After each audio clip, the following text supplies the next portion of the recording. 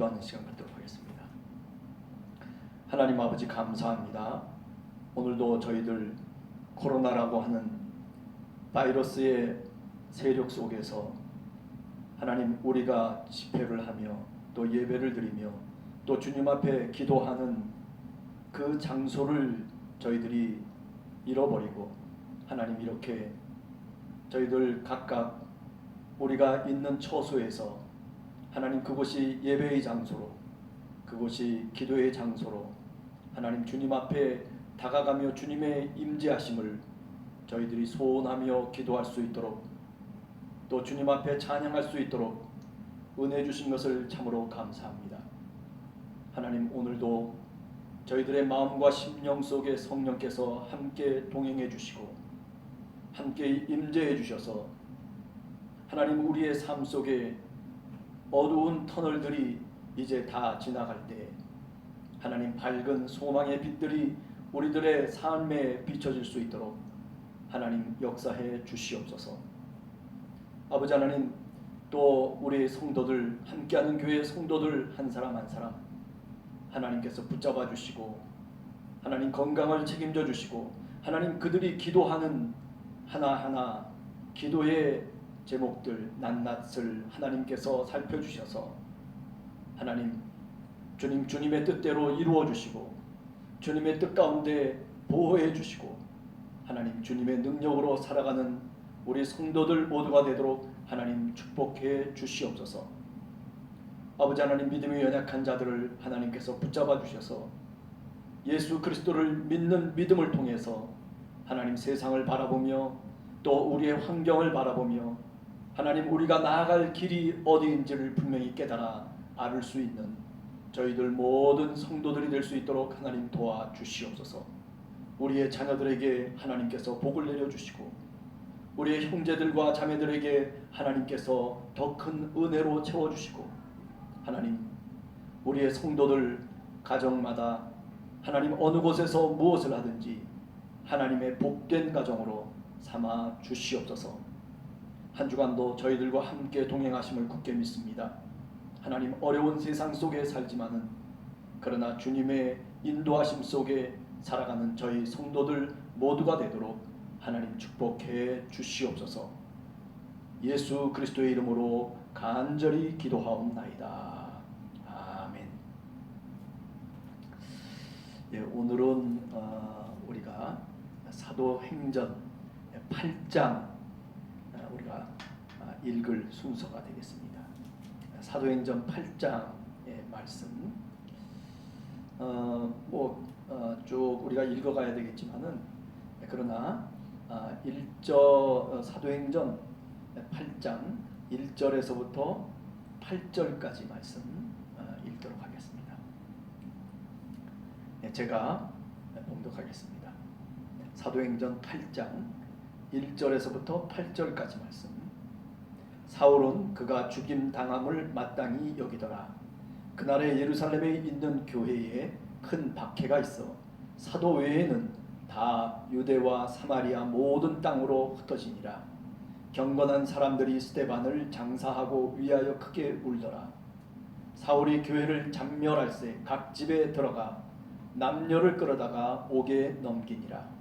그 흩어진 사람들이 두루 다니며 복음의 말씀을 전할세 빌립이 사마리아 성에 내려가 그리스도를 백성에게 전파하니 무리가 빌립의 말도 듣고 행하는 표적도 보고 한 마음으로 그가 하는 말을 따르더라. 많은 사람에게 붙었던 더러운 귀신들이 크게 소리를 지르며 나가고 또 많은 중풍병자와 못 걷는 사람이 나으니 그 성에 큰 기쁨이 있더라. 아멘. 네, 감사합니다. 자, 우리가 사도행전 8장 제목이 우리 밴드에 보면 정해 있습니다.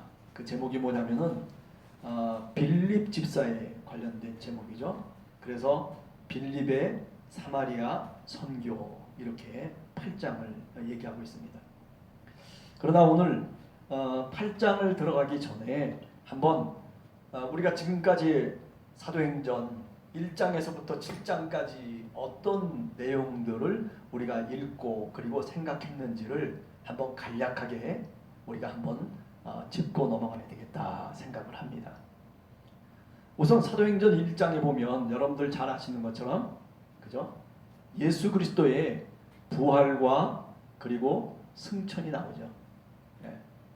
그러면서 예수님께서, 그죠? 사도행전 우리가 1장 8절 이하에 보면 우리들에게 예수님이 당부하시는 말씀이 있어요. 그건 뭐냐면 너희들이 세상 속에서 증인으로 살아가야 된다는 거예요. 무엇의 증인이에요? 바로 예수 그리스도의 죽으심과 부활의 증인으로 살아가라. 그래서 예루살렘과 온 유대와 사마리아와 땅끝까지 이르러 내 증인이 되라. 그렇게 말씀하고 있는 거죠. 자, 그러면서 이제 우리가 다락방 얘기를 하게 됩니다. 그죠? 120명의 120명의 예수님의 제자들이, 뭐 거기에는 예수님의 어머니도 포함되어 있고 그리고 예수님의 형제들도 포함되어 있고 또 베드로와 요한과 12 사도도 거기에 포함되어 있죠. 그래서 마가라고 하는, 그죠? 그 청년의 마가 요한의 그 집인 다락방에 모여서 120명이 어떻게 했어요? 그죠? 합심 기도를 했어요. 뭐 직무로 얘기하면 합심 기도입니다. 열심을 다해서, 그죠? 주님이 약속하신 성령이 임하기를 간절한 마음으로 그들이 기도했다. 이렇게 이야기를 할 수 있겠습니다. 자, 그런데 그렇게 기도하는 가운데 우리가 어떤 얘기를 했냐면, 그러면 한 1년 동안 기도했을까? 아니면은 한 6개월 동안 기도했을까?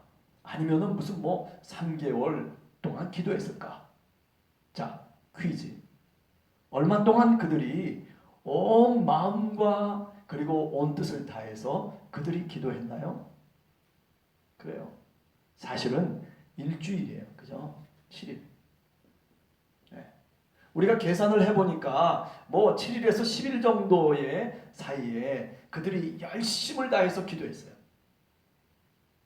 저는 그러면서 어떤 생각을 해보게 되냐면, 성령이 임하시는 그런 놀라운 하나님의 은혜와 은총이 임하는 것도 7일이면 충분하구나. 그런 생각을 해보게 돼요.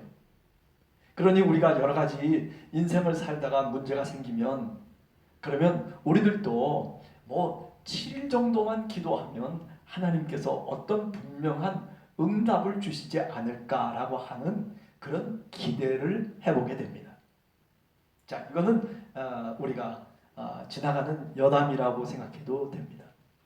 자, 그러면서 사도행전 1장에 보면 또 뭐가 나옵니까? 가룟 유다의 이야기가 나와요. 이게 참 초대교회 때는 참 어려운 문제였어요. 그죠? 예수님의 12 제자, 12 사도가 얼마나 중요한 건데, 그러면 예수님이 왜 그 가룟 유다를 선택했느냐는 거죠. 그죠? 자, 그런데 우리가 복음서에서 보면, 그죠? 요한복음이라든지 또는 우리가 이 마가복음이라든지 이런 복음서에서 보면 가룟 유다에게 예수님이 선택하시고 난 다음에 사실은 그가 예수님을 배반하기 전에도, 아니 또 배반하는 마음이 그 속에 들어갔을 때에도 주님은 어떻게 가룟 유다에게 다가가냐면 회개하라라고 하는, 그죠? 그 말로 다가가고 있어요. 몸짓이 그래요. 그래요. 하나님의 마음, 예수 그리스도의 마음은 다른 것 아니에요. 아무리 나를 배반하려고 하고 나를 적대자들에게 나를 팔아넘긴다 손 치더라도 그가 회개하기를 간절한 마음으로, 사랑의 마음으로 기다리고 있다는 거죠. 그래서 가룟 유다에게 어찌 보면 몇 번의 기회를 주십니다. 나와 함께 손을 이 그릇에 넣는 자가 나를 팔 자다. 누굽니까? 누굽니까? 베드로가 얘기하고 요한도 얘기하고 도대체 누구야? 너야? 이런 많은 이야기들 속에 주님이 그렇게 말씀하세요. 그때 가룟 유다가 손을 넣고 있었어요. 그죠? 네. 만약에 우리 같으면은 뜨끔했을 거예요. 그리고 내가 정말 잘못했구나. 아니 주님이 나를 지목해서 나에게 이런 얘기를 하시는데 그럼 어떻게 해야 돼? 내가 돌이키고 회개하고 그리고 마음을 바꿔야죠. 그런데 가룟 유다는 마음을 바꾸질 않았어요. 끝까지 이왕 이렇게 됐으니 끝까지 가자. 그래서 결국 대제사장들과 그리고 많은 로마 병정들과 그 바리새파 사람들 모든 사람들 그 종교인들 앞에 말하자면 예수님을 얼마에 팔았어요? 30세겔. 30세겔이라고 하는 이 30세겔이 그 당시에 공정 가격이에요. 뭐의 공정 가격이에요? 사람, 특별히 노예를 팔 때에 공정 가격이 뭐냐면 대체적으로 30세겔이에요. 그러니까 예수님을 팔아넘기는데 말하자면 노예의 가격을 자기 스승을 노예로 취급하고 그리고 그 노예로 팔아넘긴 가룟 유다를 우리가 오늘 또 성경을 통해서 보게 되는 거죠. 자, 그리고 난 다음에 어떻게 해야 돼요? 가룟 유다가 빠졌으니까 그 다음에 그걸 보충해야 될 거 아니에요. 12사도가 돼야 되는데 그런데 한 명이 배반을 하고 한 명이 어떻게 죽었어요? 사도행전 1장에 보면 전설적인 얘기가 나오잖아요. 그가 어떻게 해요? 창자가 터져서 죽었다. 이렇게 나와요. 얼마나 저주를 받은 그런 모습인지 몰라요. 그래서 그가 피를 흘려서 그래서 누구도 그 30세기를 받으려고 하지 않았기 때문에 밭을 하나 살았다는 거예요. 네? 저쪽에 부천 어느 쪽에다가 밭을 어쩔 수 없이 사놨는데 그런데 그 밭의 별명이 뭐냐면은 피밭이다. 이런 식으로 표현하고 있는 거죠. 아겔다나 피밭이다. 그 유다를 대신해서 마띠아를 말하자면 선택하게 되죠. 우리가 이미 1장에서 이런 얘기를 했어요. 마띠아를 12제자로 선택할 때 사실은 마띠아라고 하는 사람은 이름 없는 사람이었다는 것을 아마 제가 여러분들에게 말씀했을 거예요. 오히려 마띠아 대신에 어떤 사람이 있었냐면 바사바라고도 하고 유스도라고 하는 요셉이라고 하는 사람이 있었어요. 그죠? 요셉. 이 사람의 이름은 2개가 더 있어요. 이름이 합해서 3개예요. 뭐라고요? 하나는 바사바, 별명이죠. 바사바라고도 하고 그리고 또 뭐라고도 한다고 그랬어요? 유스도라고도 해요. 그러니까 이 요셉이라고 하는 사람이 초대교회, 특별히 예루살렘 교회에서는 굉장히 유명한 사람이에요. 그럴듯한 사람이에요. 이제 2명의 후보가 딱 추천이 됐는데 그런데 누구나 다 생각하는 거예요.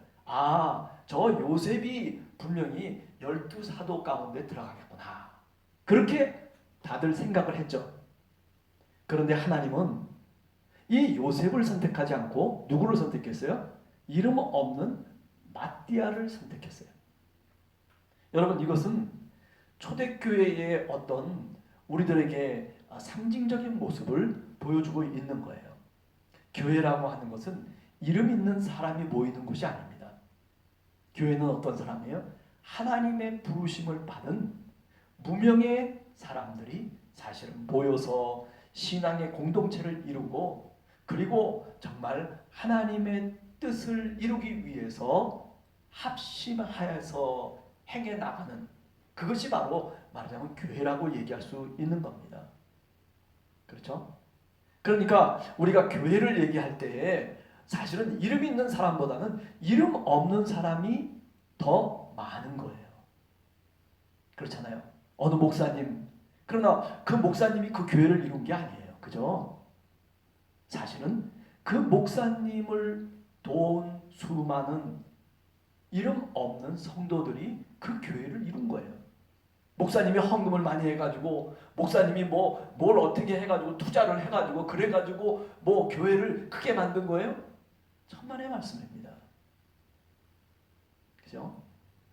교회라고 하는 것은 이름 없는 성도들이 헌금도 하고 또 몸으로 봉사하고 그죠? 기도로 주님 앞에 매달리고 이런 수 없는 사람들이 사실은 교회의 그리스도의 몸된 지체로서 있기 때문에 교회가 교회인 것입니다. 자, 그 다음에 두 번째 2장을 여러분들 혹시 2장이 뭐가 나오죠? 사도행전 2장에서 제일 유명한 것은 뭐냐면 바로 오순절 성령 강림 사건이죠. 아, 성령이 임하시는데 어떤 식으로 임했다고 그랬어요? 그죠? 불이 임하는 거예요. 불이 머리 위에, 각 사람의 머리 위에 그 불덩어리가 임하는 것처럼 사실은 오순절날 성령이 강림했어요. 성령이 강림했어요. 여러분, 이건 중요한 거예요. 네. 그냥 이 교회라고 하는 이 공동체 속에 성령이 임하는데, 그런데 어떻게 임하느냐면 각 사람에게 임했다라고 하는 거예요. 네. 아, 이 교회라고 하는 신앙 공동체 그 속에 성령이 임했다, 분명한 말이지만 그러나 그 말이 다 맞는 건 아니에요. 하나님의 교회에 성령이 임하지만은 그러나 어떻게 어떤 모양으로 바로 각 사람 위에 성령이 임하신다라고 하는 거죠. 이거는 우리들에게 여러 가지 의미를 가져다 주는 거예요. 오늘도 마찬가지예요. 성령이 우리에게 임하십니다라고 할 때 교회 속에 공동체 속에 성령이 임하기도 하지만은 또 50%는 어떻게 얘기해야 되냐면 우리 각 사람에게 하나님의 성령이 임하시는 거예요. 오늘 여러분들에게도 마찬가지입니다. 하나님의 성령이 여러분들과 함께 하시는 겁니다. 아, 교회에 나가야만 성령이 그 교회 공동체 속에 성령이 임하는 게 아니라, 그죠? 나라고 하는 한 개인에게 하나님의 성령이 임하시고 하나님의 성령이 함께 동행하신다는 거죠. 자, 그리고 난 다음에 오순절 성령 강림 사건이 있고 난 다음에 어떤 일이 벌어져요? 아, 성령이 임했는데 그냥 가만히 있는 게 아니라 제자들이 저 바깥을 향해서 나가기 시작했어요. 우리가 1장에서 그죠? 뭐예요? 바로 주님의 증인이 되라고 그랬잖아요. 예수 그리스도의 증인, 복음을 전하는 증인으로서의 삶을 사는데, 그런데 이제 성령이 임하고 나니까 바로 그런 일들이 벌어지기 시작하는 거예요. 그래서 각 지역에서 뭐 12지역이라고 얘기할 수 있겠죠. 예루살렘을 중심으로 해가지고 예루살렘을 중심으로 해서 각 사방 팔방으로 이렇게 해서 이게 14개 방향이에요. 예. 이쪽 저쪽에서 다 어디예요? 예루살렘으로 몰려든 거예요. 이렇게. 예루살렘이 중심이죠. 그죠?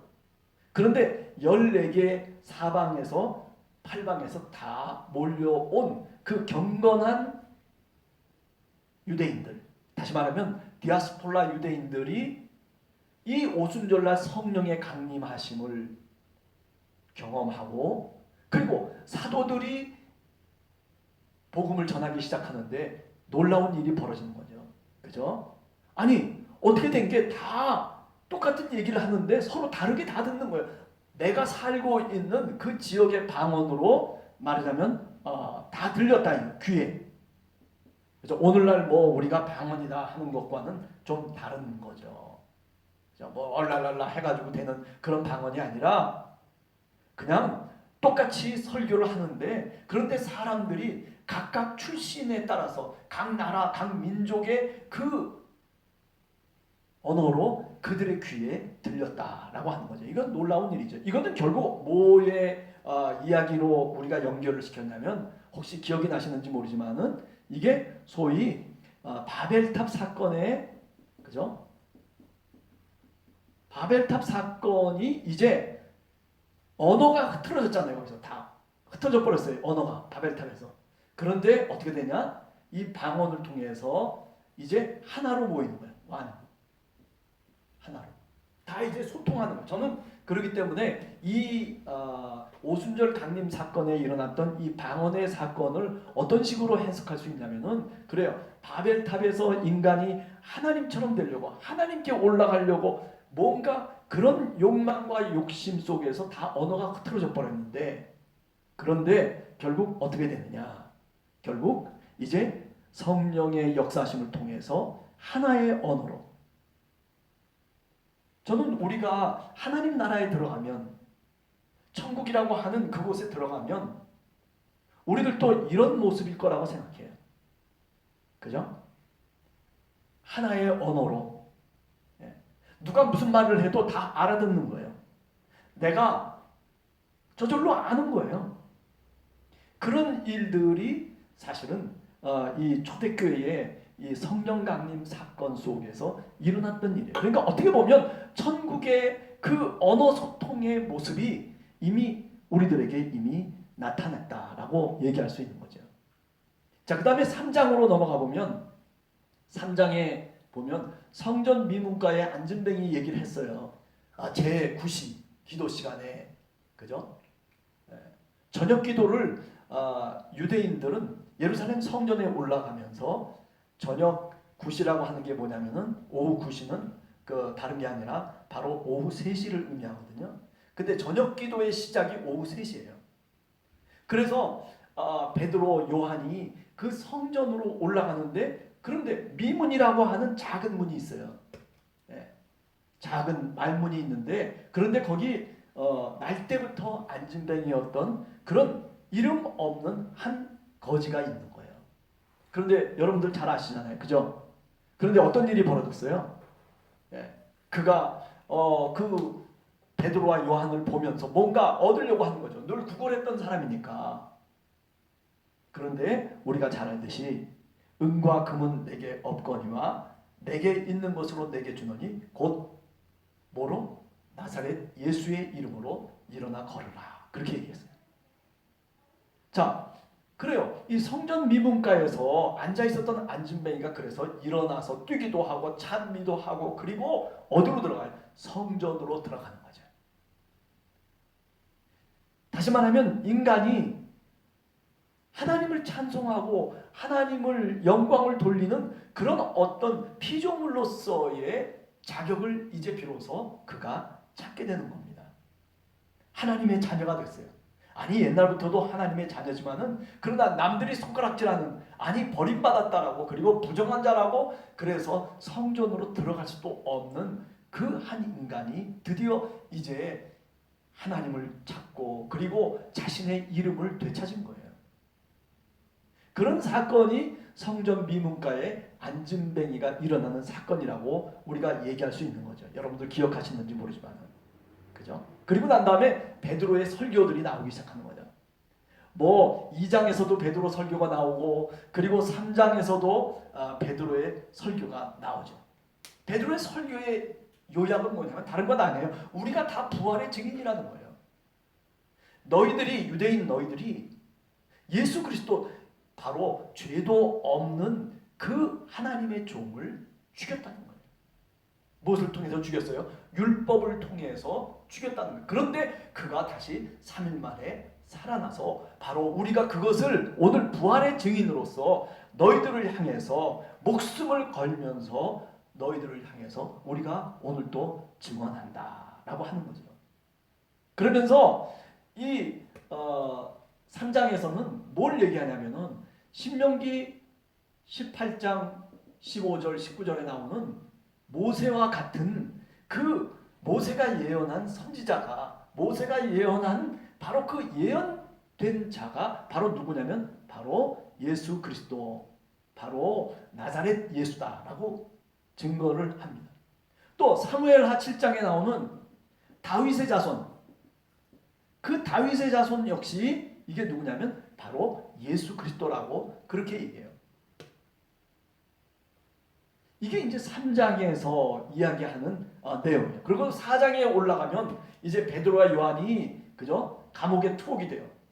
그러나 감옥에 투옥이 됐음에도 불구하고 그 예수님의 적자자들이었던 대제사장이라든지 또는 뭐 사두개파 사람들이라든지 또는 뭐 그 성전 관원이라든지 이런 사람들이, 또는 뭐 공회에 있는 사람들, 이런 사람들이 일반 백성들을 두려워하는 거예요.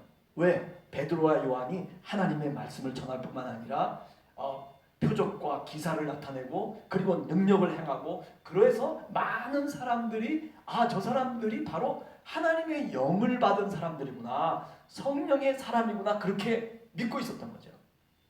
그러다 보니까 그를 죽일 수가 없었고 그를 체포할 수가 없었어요. 그래서 잠깐 동안 투옥됐었지만은 그러나 결국 석방이 돼요. 그죠? 이런 일들이 계속해서 이제 사도행전에 일어나게 되는 겁니다. 자, 그런데 4장 마지막에 가면 여러분들이 알다시피 바나바라고 하는 사람이 나와요. 바나바.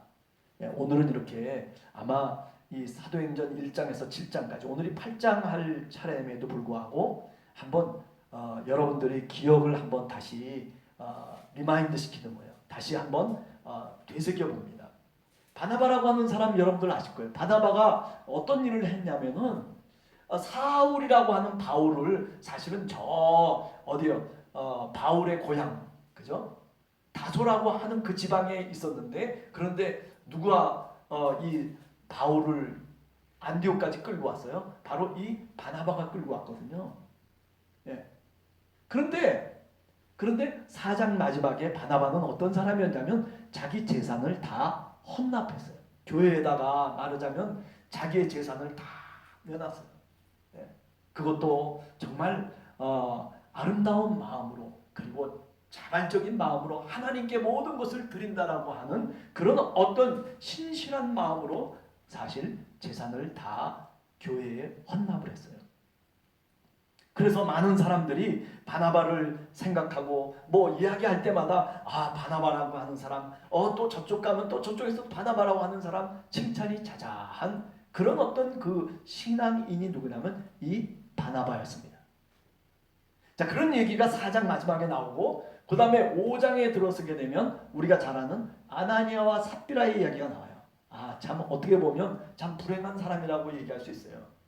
그죠? 초대교회 때 얼마나 성령이 역사하고 그리고 하나님의 영이 정말 우리들에게 감동과 그리고 엄청난 능력으로 다가오는 그 시절인데도 불구하고 그런데 이 아나니아와 삽비라가 애석하게도 뭐예요? 성령을 속였다라고 하는 거죠. 성령을 속였다. 예. 예수님이 공간복음서에서 보면 이런 얘기를 하세요. 어떤 얘기를 하냐면 나를 배척하는 건 좋다 이거예요. 예?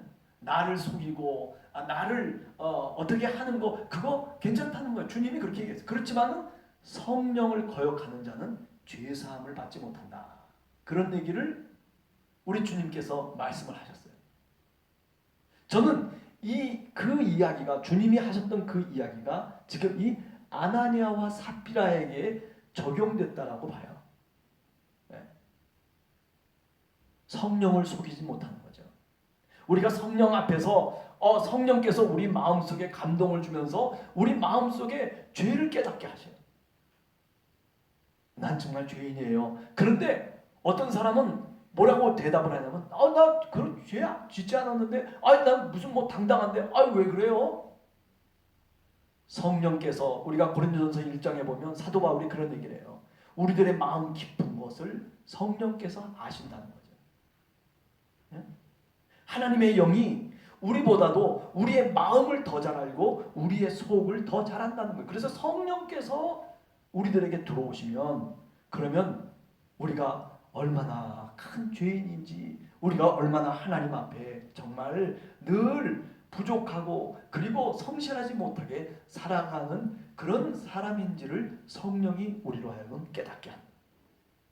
그런데 내가 아니라고 거부하는 거예요. 나는 그런 일이 없습니다. 그러면서 어때요? 그게 바로 뭐냐면 자기 양심을 속이는 거죠. 이런 사람들은 어떤 사람들이에요? 요한계시록에 보면 바로 그런 사람들이 어떤 사람들? 화인 맞은 사람들이다. 그렇게 얘기해요. 요한계시록에 보면 화인을 맞았다. 양심에 화인을 맞았다. 화인. 불화자에다가 말하자면 도장인자죠. 화인 맞은 사람들. 이 사람들은 저주의 사람들이에요.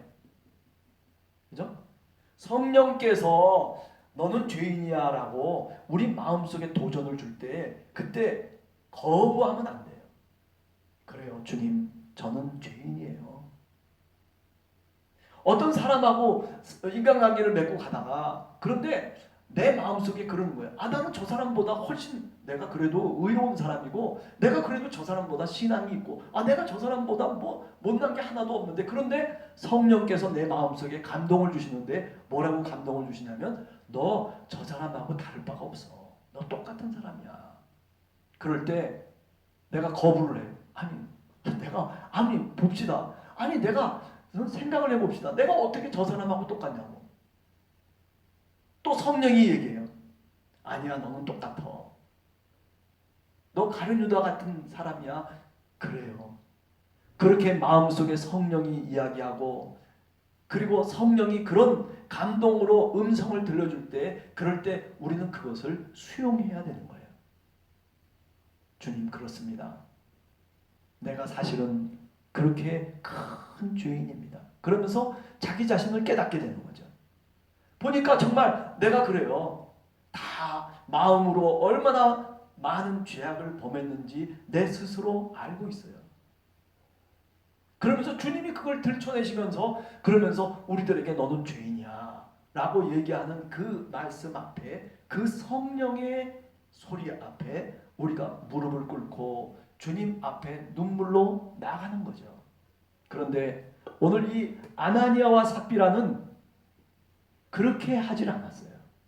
성령의 소리가 들리고, 그리고 사도가 얘기하는데도 불구하고, 그런데 천연덕스럽게 자기 양심을 속이는 거죠. 화인을 맞은 거예요. 마음에 화인을 맞았어요. 성령을 거역한 죄가 돼버리는 거죠. 그래서 어떻게 됐습니까? 그래서 아나니아와 삽비라가 결국 쓰러지고 마는 거예요. 그게 5장에 나오는 내용이에요. 아, 이제부터 초대교회 속에 문제가 발생하기 시작하는 거예요. 이게 아마 어느 정도 시간이 지났을 거예요. 시간이 지나면서 이제 교회 속에 여러 사람들이 이제 자신의 본색을 드러내기 시작해요. 교회라고 하는 게 그래요. 처음에는 다 사람들이 좋은 것 같아요. 그런데 시간이 지나면 지날수록 자기 본색이 드러나요. 본색, 그렇죠? 본색이 드러나요. 성질이 드러나고, 그리고 뭐 여러 신앙인인데도 불구하고, 그런데 정말 저 사람이 신앙인일까라고 말할 수 있을 정도의 그런 어떤 본색이 드러나요. 교회라고 하는 게 그래요. 처음에는 다 좋은 것 같아요. 5장이 바로 그런, 바로 우리들의 본 모습, 교회의 본 모습을 그대로 드러내주는 장이다. 저는 그렇게 생각을 해요. 자, 그러면 여기서만 끝나느냐 하면은, 우리가 잘 알듯이 6장으로 이제 넘어가기 시작하면은 바로 인간과 인간의 관계 속에 문제가 생기기 시작해요. 히브리파라고 하는 파가 생기고, 헬라파라고 하는 파가 생기고, 그리고 과부를 구제하는 이 구제의 문제가 생기게 됩니다. 여러분, 그렇습니다.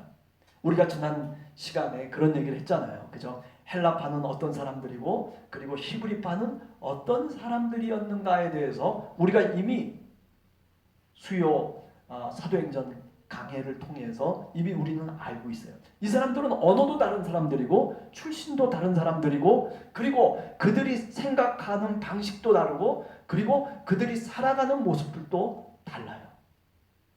서로 다른 사람들이에요. 사실 어떻게 보면 교회라고 하는 이 공동체 속에서 만났으니까 서로 같이 함께 소통하고 함께 믿음의 삶을 사는 것뿐이지, 사실은 교회라고 하는 것이 만약에 울타리가 없다면 서로 만나지도 않았을 만한 그런 사람들이에요. 그런데 서로가 다르고, 서로가 모든 것들이 다름에도 불구하고 뭐 때문에 하나의 교회를 만듭니까? 바로 그리스도의 마음. 그들에게는 그래도 그리스도의 마음이 있었어요. 예수 그리스도를 믿는다라고 하는 그 신앙, 그것으로 이제 이 히브리파와 헬라파 사람들이 말하자면 하나의 교회, 그리스도의 몸을 이루었다라고 얘기할 수 있는 거죠. 자, 그런데 그런 어떤 잠재적인 요인이 있었는데, 그런데 이제 구제의 문제, 구제라고 하는 게 뭐예요? 어떻게 보면 교회의 재정을 어떻게 사용하느냐라고 하는 재정의 문제예요. 그런데 왜 이쪽만 사용하고 저쪽은 사용하지 않느냐? 왜 저쪽을 적게 주고 왜 이쪽은 많이 주느냐? 이런 어떤 불공평에 대한 문제가 생기기 시작하는 거예요. 그래서 어떻게 됐습니까? 그래서 서로 다투기 시작하고 그래서 서로 굉장히 힘든 그런 교회의 어떤 모습으로 나타나기 시작하는 거예요. 여러분 그렇습니다. 그래서 이 문제를 어떻게 해결하느냐? 그래요. 사도행전은 뭐라고 그랬어요? 지난 시간도 그렇고 지지난 시간도 그렇고 사실은 이런 문제가 발생했다. 그게 중요한 게 아니고 뭐예요? 이 문제를 어떻게 한다고요? 해결했느냐 하는 거예요. 어떻게 해결했느냐? 이게 중요한 거예요. 그러니까 우리가 신앙생활하면서도 마찬가지입니다. 내가 믿음이 있어. 우리가 정말 이렇게 기도를 열심히 해. 그래요. 기도 열심히 하고 예배도 열심히 참석하고 그리고 하나님의 말씀도 알고 그런데 문제는 뭐냐면 어떻게 해결하는 방법을 모르는 거예요. 네? 어떤 내 자신의 문제가 발생했을 때 그럴 때 내가 어떻게 그 문제를 해결할 수 있느냐라고 하는 것을 훈련을 못 받은 거예요. 훈련을 못 받은 거예요. 아니 성령께서 우리들에게 지혜를 주시고 성령께서 우리에게 지식을 주심에도 불구하고 그런데 그 성령의 음성에 따르지 않는 거죠. 네. 여러분 그런 것들이 지금 이 6장에서 나오는 거예요. 중요한 것은 어떻게 그러면 그것을 해결하느냐. 이게 뭐냐면 해결하느냐라고 하는 것이 이게 바로 성령의 충만이에요. 성령의 능력이고 그리고 이게 바로 뭐냐면 성령의 충만이에요. 네. 여러분들 이거를 잘 아셔야 돼요. 네. 도대체 성령의 능력을 받았다라고 하는 게 뭔가? 그죠? 기도를 막 하는 게 성령의 능력을 받은 게 아니고 기도를 막 할 뿐만 아니라 어려운 일과 문제 또는 어떤 시험 속에 어떤 일들이 우리들에게 부닥쳐 올 때에 그것을 어떻게 어떤 방식으로 해결해 나가느냐라고 하는 게 사실은 더 중요한 거예요. 그게 바로 뭐냐면 성령의 능력이고 그게 성령의 충만인 줄로 저는 믿고 있습니다. 그래서 사도들이 이 문제를 해결하기 시작해요. 그 중요한 것 중에 하나가 뭐냐면 사람에게 위임을 하는 거예요. 그래요. 우리들의 문제가 지금 재정의 문제라면 그렇다면 우리는 재정을 포기하겠습니다. 우리들 때문에 이런 문제가 일어났다면 그렇다면 그 문제에서 우리가 손을 떼겠습니다. 그런 대신 여러분들 7 집사를 선택해서 그래서 교회의 재정을 맡기겠습니다. 그래서 7 집사가 선택되어지고 그리고 7 집사를 통해서 이제 교회의 문제를 해결하기 시작하는 거예요. 그죠? 그리고 뭐라고 얘기합니까? 우리는 그래요. 우리는 기도하는 일과 그리고 말씀을 전하는 데에만 전무하겠습니다. 라고 이 초대교회가 이렇게 문제를 해결했다는 거예요. 그러니까 이 이야기는 뭐냐면 우리가 가끔 이제 옛날에 그 유명한 부흥사들이 얘기하잖아요. 목사님은 기도와 말씀에만 전무하고 나머지는 손대지 말아라. 그런 얘기가 아니에요. 요 이야기는 이 환경 속에서 나오는 얘기들이죠. 우리가 각각 다 처해 있는 환경이 달라요. 어떤 사람은 기도와 말씀으로 정말 그 문제를 해결해야 될 사람이 있는가 하면 어떤 사람은 또 7 집사를 세워서 또 어떤 사람은 다른 방식으로 문제를 그게 뭐냐면 중요한 건 뭐냐면 성령이 이끄시는 대로 우리가 그 방법을 찾아서 그 문제를 해결하는 거예요. 사람이 실족하지 않을 수가 없어요. 그죠? 인생을 살아가면서 신앙생활을 하면서 또는 함께하는 교회를 다니면서도 사실은 마음속에 어떤 때는 실족할 때가 있거든요. 그러나 그 실족하는 것 때문에 내가 넘어지고 쓰러지는 게 아니라 그 실족을 건너서 그래서 어떻게 그 문제를 그 실족한 것을 다시 복구하고 그리고 다시 일어서서 나가느냐. 그 해결의 방법이 도대체 뭐냐. 어떤 사람에게는 기도의 방법이 있을 수 있고 어떤 사람에게는 말씀의 방법이 있을 수 있고 어떤 사람에게는 또 다른 봉사의 방법도 있고 여러 가지 방법을 하나님이 성령께서 우리들에게 지혜를 주시는 거예요. 저는 가끔 실망하고 힘들 때는요. 저는 성경 말씀을 계속 읽어요. 그리고 계속 성경을 묵상해요. 힘든 일이 있을수록 더 성경을 붙잡고 늘어져요. 그리고 타이프를 해요. 컴퓨터에다가 들어가서 막 그냥 성경 속에서, 어떻게 보면 성경 속에서 병신처럼 그냥 그 속에 들어가가지고 그냥 예수님과 얘기도 하고, 그리고 초대교회 속에 들어가서 그 속에서 일어나는 일들을 다시 묵상하고, 그러면서 계속 거기에 집중해요. 그거는 내 스타일이죠. 정덕순 권사님의 스타일은 어떤 스타일일까?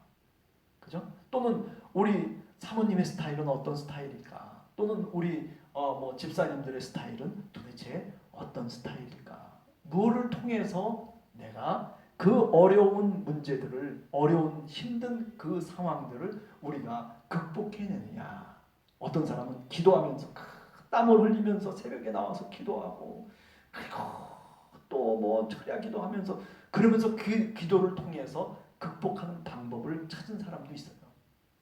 그러니까 각 사람에 따라서 다 다른 거예요. 어떤 사람은 성경만 읽으면서 또 해결하는 사람도 있어요. 그죠? 여러분들은 어떤 방법으로 문제를 해결하십니까? 여러분들에게도 그런 방법이 성령께서 우리들에게 사실은 주셨어요. 그런데 우리가 그것을 눈치채지 못하고 있는 거예요. 네. 오늘 이 사도행전 6장에서 바로 그런 문제 속에서 이 사도들이 어떤 방식을 택하냐면, 그래, 우리는 기도하겠다. 우리는 말씀만 전하겠다. 그러니까 기도와 말씀이라고 하는 것을 중심으로 해서 이 문제를 해결하는 방법을 드디어 사도들이 찾은 거예요. 아마 나중에 예루살렘 교회에 이런 문제만 있었겠어요? 우리가 갈라디아서 같은 데 보면 사도 바울과 예루살렘 교회와의 갈등이 있어요. 그런 갈등의 문제들이 생겼을 때, 사도행전 15장 같은 데도 마찬가지지만은 그런 많은 갈등의 문제가 생겼을 때 사도들이 취할 수 있었던 그런 어떤 방법은, 바로 문제를 해결하는 방법은 기도와 말씀이었을 거라고 생각해요.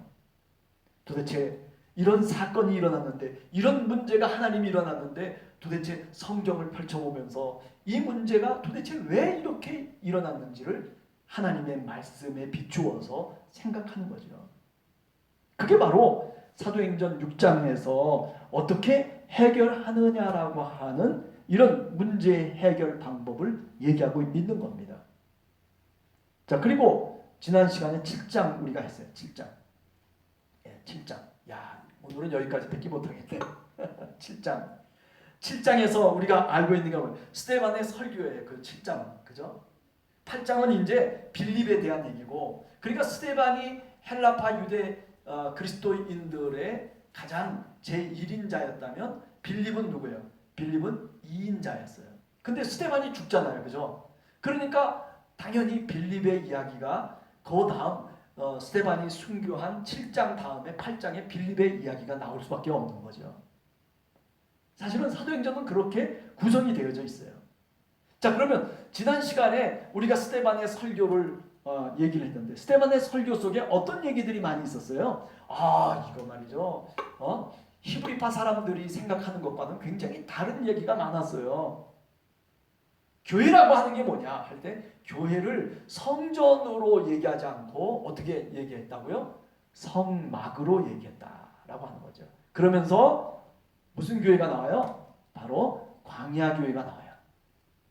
야, 언제 우리 조상들이 출애굽을 할 때 40년 동안 광야 생활을 할 때 언제 손으로 지은 저 솔로몬 성전과 같은 그런 손으로 지은 성전을 우리가 지었었느냐?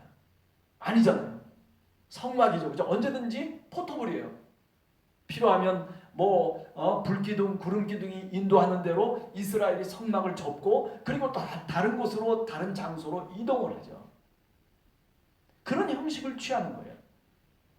그러니까 교회라고 하는 것이 어디 정해진 자리를 갖고서 교회를 얘기하는 것이 아니라, 교회는 뭐예요? 이제 흩어지는 거예요. 내가 삶 속에서 살아가는 그 장소가 바로 믿음의 장소가, 거기서 하나님을 내가 임재를 느끼면서 그리고 하나님을 부르고 여호와의 이름을 부르고 예수 그리스도를 믿는 그 장소가 그 삶의 자리가 뭐냐면 바로 교회라고 하는 거죠. 우리가 구약 성경에서부터 찾아보자면 이런 거예요. 예를 들면 모리아 산에서 칼을 들고 그죠? 이삭을 죽이려고 하는 그 아브라함의 모습을 보면서 거기가 바로 그 모리아 산이 뭐예요? 바로 거기가 예배의 장소고 거기가 제사의 장소고 거기가 바로 신앙의 장소예요. 네. 거기가 바로 뭐냐면 그렇기 때문에 그곳이 교회가 되는 거예요. 야곱의 이야기 마찬가지예요. 야곱이 저 에서 형이 죽이는 것을 두려워해가지고 축복권 뭐 이런 거 저런 거 다 뺏어가지고 있으니까 에서가 죽이겠다고 달려드니까 야곱이 도망가기 시작합니다. 막 도망가다가 어디 저 베델이라고 하는 돌무더기 많은 그곳에 도달해서 너무 지쳐가지고 거기서 피곤해서 돌을 베개로 베고 잠을 자요. 그런데 거기서 어떤 일이 벌어져요? 하늘이 열리고 천사가 오르락 내리락 하는 것을 야곱이 깨닫게 돼요. 그러면서 잠에서 깨어나면서 뭐라고 고백하냐면 여기가 바로 벳엘 하나님의 집이다. 하나님의 집이 뭐예요? 곧 교회라고 하는 거예요. 저 아브라함과 함께 살았던 부엘세바만 거기만 저 세계만 저기만 아버지의 집에만 하나님이 계신 것이 아니라 어디요?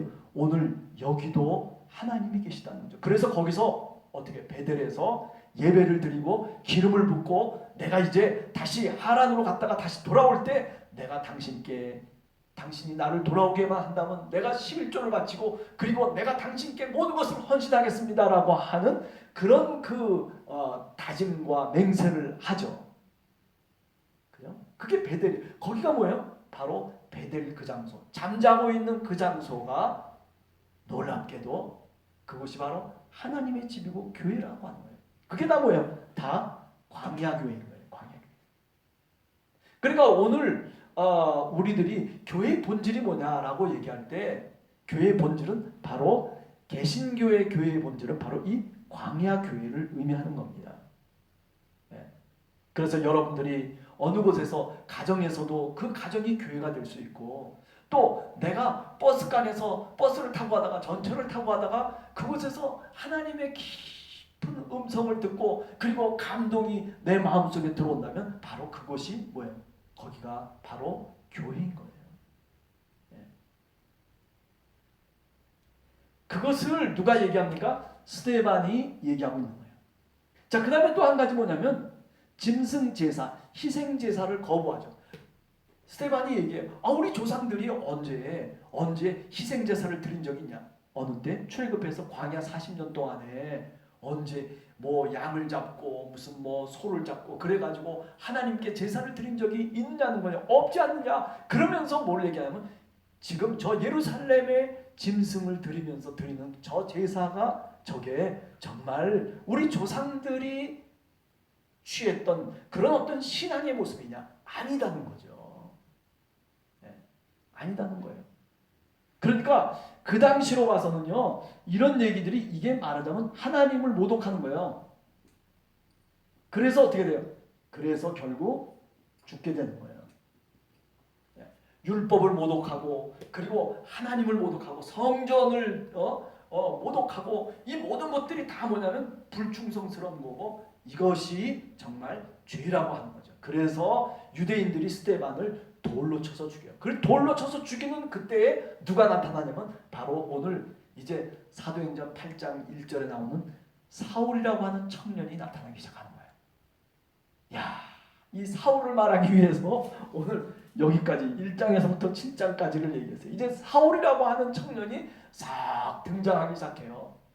드라마 속에서 주인공이 가만히 있다가 이제 비로소 7장이 지나고 난 다음에 엄청난 스데반의 이야기가 탁 지나가고 난 다음에 비로소 누구의 이야기? 바로 사도 바울의 이야기가 조금씩 이제 나타나기 시작하는 겁니다. 그래서 오늘 8장은 누구의 이야기라고 했어요? 빌립의 이야기라고 했어요. 집사 빌립의 이야기다. 이 빌립은 누구라고 그랬어요? 바로 스데반의 후계자예요. 스데반 그 일곱 집사의 명단에 보면 스데반이 제일 먼저 나오고 그 다음에 빌립이 나와요. 이렇게. 그러니까 빌립이라고 하는 사람이 스데반과 더불어서 헬라파 유대 기독교인들을 다 인도했던 지도자들이죠. 그런데 이 빌립은 스데반 다음에 제2인자에 해당되는 그런 어떤 지도자였었다라고 생각하는 거죠. 그래서 이제 7장에서는 스데반이 순교를 당하니까, 그죠? 7장에서 순교를 당하니까 8장에서 이제 빌립의 이야기가 드디어 등장하게 됩니다. 그래서 빌립은 어디에서 사역을 하냐면 이제 예루살렘을 떠나서 사마리아라고 하는 그런 낯선 지역에 가서 주님의 복음을 전하는 그런 중요한 역할을 이제 빌립이 감당하게 되는 겁니다. 오늘 사도행전 8장을 들어가야 되죠. 그런데 한번 쭉 다시 한번 1장에서부터 7장까지를 쭉 여러분들에게 소개했어요. 여러분들 마음속에, 여러분들의 그 머릿속에 이게 정리가 돼 있어야 돼요. 그죠? 그래서 제일 중요한 것은 뭐냐면은 그렇구나. 이런 많은 문제들과 그리고 이런 은혜와 이런 축복과 이런 어떤 하나님의 말씀과 이런 것들이 초대교회 속에 정말 힘차게 성령의 능력을 통해서 일어나고 있었다. 오늘 우리들 그래 함께하는 교회 성도들 우리 한 사람 한 사람이 이런 말씀을 잘 마음속에 새기고 그리고 내가 해야 될 역할이 뭔지를 교회 속에서 내가 해야 될 역할은 뭐고 그리고 또 내가 살아가는 가정 속에서 나는 어떤 사람으로 살아야 되고 그리고 내가 직장 속에서 어떤 모습으로 내가 세상 속에서 살아갈 것인가 라고 하는 것을 우리가 이 사도행전을 읽어보면서 우리 스스로 답을 얻어야 되는 거예요. 그 답은 천편일률적인 게 아니에요. 저에게 주시는 말씀이 다른 것이고 그리고 여러분들 각자에게 주시는 말씀이 다른 거예요. 그래서 여러분은 여러분들 나름대로 이런 것들을 쭉 우리가 읽어가면서 그러면서 답을 찾는 거예요. 하나님이 나에게 주시는 답이 뭘까? 오늘도 제가 다시 한번 질문합니다. 1장에서부터 7장을 쭉 내려오면서 여러분들은 여러분 마음속에 무엇을 생각했습니까? 무엇을 기억하고 그리고 무엇을 내 스스로 마음속에 다짐을 하곤 합니까? 이제 한 주간을 살아가면서 정말 성령의 사람으로 그리고 교회의 사람으로 그리고 하나님의 백성으로 산다는 것이 어떤 모습인지를 한 번 더 우리가 느껴보면서 그러면서 성령의 충만한 능력이 여러분과 그리고 우리 함께하는 교회 그리고 저에게 있게 되기를 간절히 주님의 이름으로 축원합니다. 같이 기도하겠습니다. 하나님 아버지 감사합니다. 오늘도 힘든 세상 속에 저희들이 살아가지만 그러나 주님 앞에 나와서 주님의 말씀을 읽고 묵상하고 그리고 주님의 말씀을 생각하며 우리의 삶의 지표를 다시 한번 정하기를 원합니다. 사랑의 주님, 우리들과 함께 동행해 주시옵소서. 하나님, 어려운 어둠의 터널을 저희들이 오늘도 지나가고 있지만 그러나 그 어둠의 터널이 다시 밝은 빛으로 우리들에게 전해질 때 하나님, 우리가 하나님을 찬양하며 우리가 하나님께 더 큰 은혜를 나눌 수 있는 그런 축복을 저희들 모두 위에 허락해 주시옵소서. 하나님, 미래를 계획하고 있는 귀한 젊은 남녀들이 있습니다. 사랑의 주님, 이 코로나 기간 동안에 주님 또 결혼식을 올리며 주님 앞에 귀한 가정을 꾸미는 사람들이 있습니다. 사랑의 주님께서 더 큰 복을 주시옵소서. 하나님, 이 속에서 더 많은 하나님의 축복을 받는 그런 아름다운 가정들 되어줄 수 있도록 하나님께서 역사해 주시옵소서. 믿음이 연약한 자를 주님 붙들어 주시고 함께하는 교회 위에 더욱더 성령의 충만한 능력을 더하여 주시옵소서.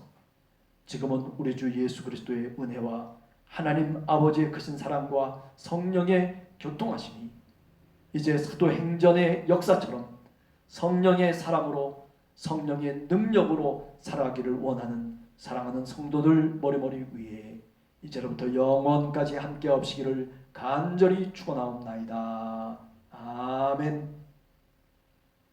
감사합니다. 네, 오늘도 같이 함께 참석하신 여러분들 환영을 하며 또 다음 주일도 사도행전 8장에서 만나보도록 하겠습니다. 수고하셨습니다.